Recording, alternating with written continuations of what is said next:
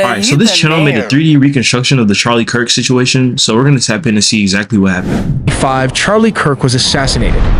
This is the possible position where the assassin had a clear line of sight from a building located about 430 feet away. The assassin squeezed the trigger and a single bullet traveled this distance and struck Charlie Kirk right in the neck. How far was he? Let's go back.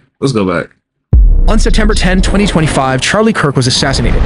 This is the possible... Oh my god. Just look at how far away that is. ...position where the assassin had a clear line of sight from a building located about 430 feet away. The assassin squeezed the trigger and a single bullet traveled this distance and struck Charlie Kirk right in the neck. More detail all in the video ahead. Charlie Kirk was tragically assassinated at Utah Valley University in Orem, Utah on September 10, 2025. He was hosting a large outdoor debate event as part of Turning Point. Isn't it crazy how fast things can change?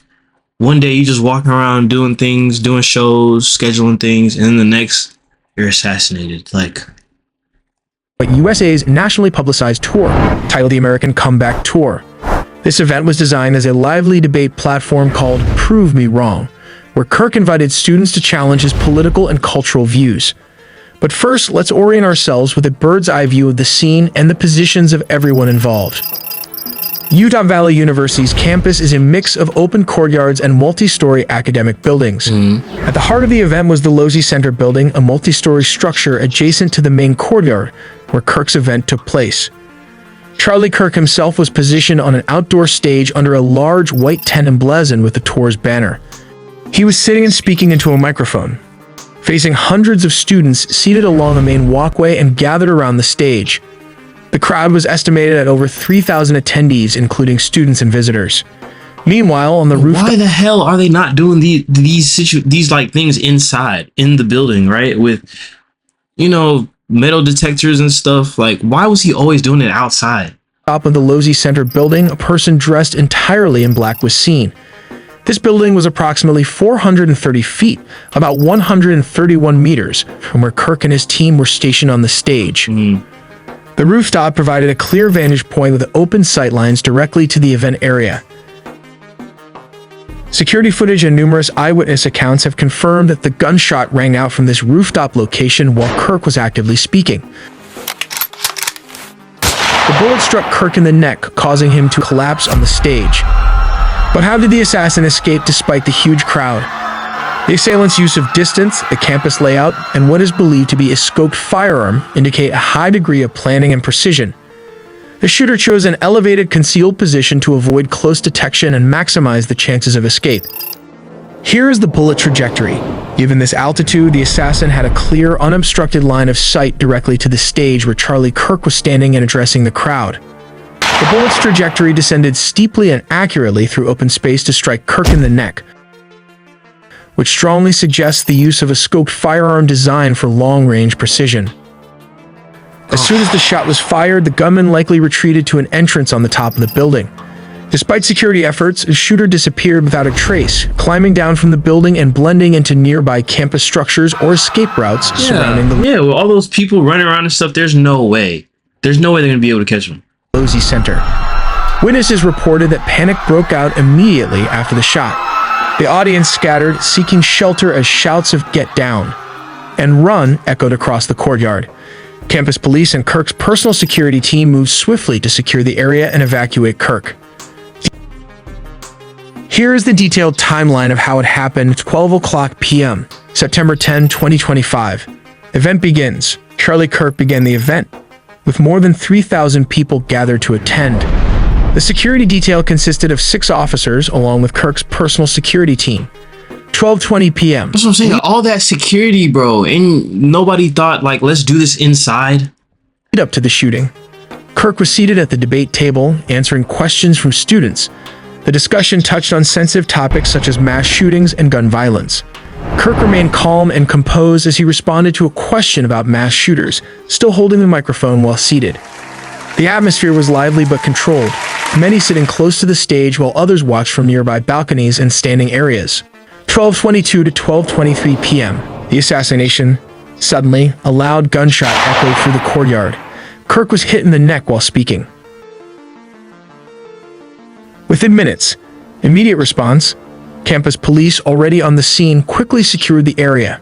Kirk's security team rushed him to a nearby hospital in a private vehicle. Nearby buildings went into lockdown as police conducted room-to-room searches for the shooter. 2 people were briefly detained but later released. The shooter was not captured and remains at large. 12:37 p.m. Campus lockdown and evacuation. University officials announced a full campus evacuation and canceled classes. Students and staff were instructed to shelter in place until law enforcement declared the campus safe. Early afternoon, official announcements. It was confirmed that Kirk had died from his injuries at the hospital. But to truly understand assassinations, we need to look at different case studies where even a single assassin has wreaked havoc by targeting high-profile leaders. But first, let's take a closer look at how the Secret Service works to prevent assassinations. Closest to the principal, in this case Trump, are teams of around 5 to 7 highly trained Secret Service agents. In the 100-foot radius, that is the middle perimeter, there's usually a mix of Secret Service and local law enforcement. An armored SUV or limousine is also on standby within this middle perimeter, covering portions of the motorcade and any pre-event screening. In the outer perimeter, security largely falls to local law enforcement officers. In Butler, the building the shooter climbed was technically outside of the rally venue, and the Secret Service didn't sweep it. It fell through the cracks, which still falls to the Secret Service because it means nobody checked to ensure the plan was implemented correctly. Wow, literally just because it was outside of the designated area, like y'all gotta do better, man. But before we move ahead, let's map out the basic positions of all the parties involved. First, we have the former president's podium, and just beside him are 3 bleachers where a selected audience is seated. Behind them is the sniper team, which can be divided into north and south positions, located on 3 buildings. Sniper Team North is located on the first building, while on the third building you can find Sniper Team South. Almost sandwiched in between are these trees, which provided some cover from the Secret Service Sniper Team North. Finally, we have the shooter, who climbed from one of those ladders and selected this position to take out his target. This is what the shooter is likely using, a red dot sight with magnification. When ready, he squeezes the trigger, firing 3 bullets in a controlled manner. Let's map out each of the bullets in detail. Out of the 3 bullets fired, the first bullet hit Mr. Trump on the ear. This is the same round that also hit 2 audience member in Bleacher 3, rendering one of them in critical conditions. Oh. Let's move the camera to a top angle to show the line along which the bullet traveled. Next, 2 more bullets were fired. One of them hit a tractor, which was being used as a makeshift array for speakers. These rounds also hit a hydraulic lever, causing it to burst, almost dropping the speakers. The last 5 shots were probably fired in semi-automatic mode. One of these bullets sadly hit an attendee, and our condolences goes out to his family. In total, around 7 to 8 bullets were likely fired by the shooter. Here's a map of all the bullets. Yeah, the Trump shooter fucking sucked. He did a terrible job, just shooting everything but the target. Fired to help you Not saying that that's what I wanted to happen. I'm just saying, like, you know, like this nigga was spraying everything. And better. Everybody was complaining about the Secret Service sniper for taking 2 minutes to take out the shooter. But let's take a look from the sniper's point of view. First of all, we have these tree lines that could have obstructed the Sniper Team North, while the Sniper Team South had a clear line of sight. Here are 2 scenarios circulating on the internet. In scenario 1, the leaves and branches of the tree covered almost 90% of the shooter's entire position.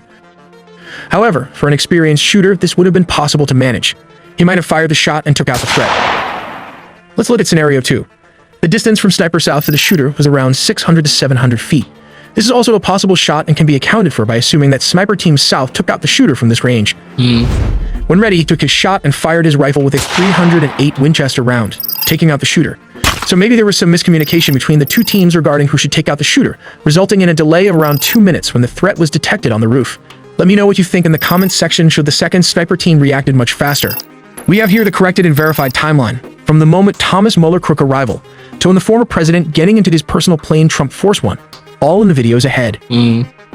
Thomas Mueller Crook parked his van on Lawrence Avenue. The van was also suspected of containing explosives. He got out and walked all the way to this bottling company plant, choosing the building on the right. He then climbed a ladder located there and made his way to the top of this slanted roof, also thought previously unsafe by the Secret Service director. At around 5:10, Crooks was first identified as a person of interest, and 5:30, Crooks was spotted with a rangefinder. 5:52, Crooks was spotted on the roof by the Secret Service. At 6:12 p.m. ET, Trump starts addressing his supporters and speaks for roughly 6 minutes before multiple gunfire erupts. Trump was in the middle of speaking when someone in the crowd was heard saying he's got a gun. as the video captured someone in the crowd repeating, "On the roof, he's got a gun." It's here that 3 shots rang out. Oh. A pause and 5 more shots in rapid succession were heard. For some unknown reason, the shooter had a clear line of sight from an elevated level well-positioned as a sniper nest. Interestingly, a heavy-duty ladder was also located on the side. It might be a permanent fixture. He aimed with this AR-15, a semi-automatic rifle. At around 6:11, he aimed his sights on the former president and squeezed the trigger, releasing the bullet. Okay, that's what it was. It was a semi-automatic. That's why he couldn't aim shit. He got damn all that recoil. At 6:11:34, Trump touched the right side of his face. At 6:11:35, Trump took cover as U.S. Secret Service agents rushed to the podium to surround him. From the top angle, this is what it looks like when replaying how the bullet missed Mr. Trump as he moved his head at the last millisecond. Interestingly, this bullet would have hit the former president if his head had been turned towards the audience as shown here in this visualization. But wait, the president didn't face just one assassination attempt. There was a second attempt just months earlier at his Trump International Golf Club in West Palm Beach. This exclusive private club offers its members world-class amenities including 27 holes of championship golf. Now let's examine the positions of Mr. Donald Trump and the shooter. Currently, Mr. Trump is positioned at the 5th hole, while the shooter was reportedly waiting behind the chain-link fences in close proximity.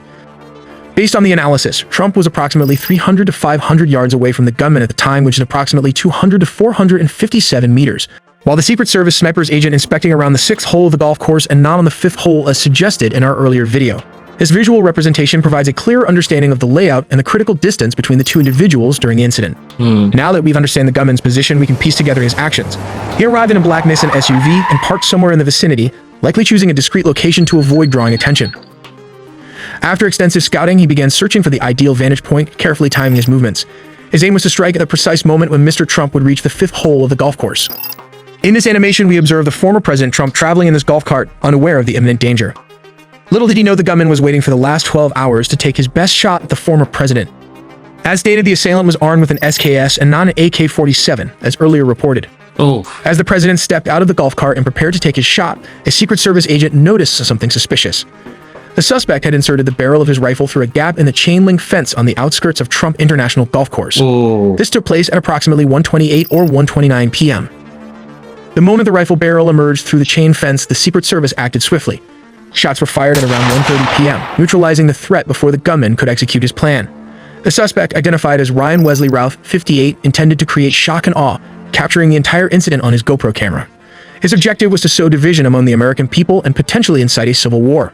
Upon inspecting the sniper's location, investigators discovered 2 bags and a ceramic tile, items that may have been part of his setup or escape plan. We also make original engineering content, so please subscribe and hit the notification bell for more videos. Nah, yeah, that was a crazy video.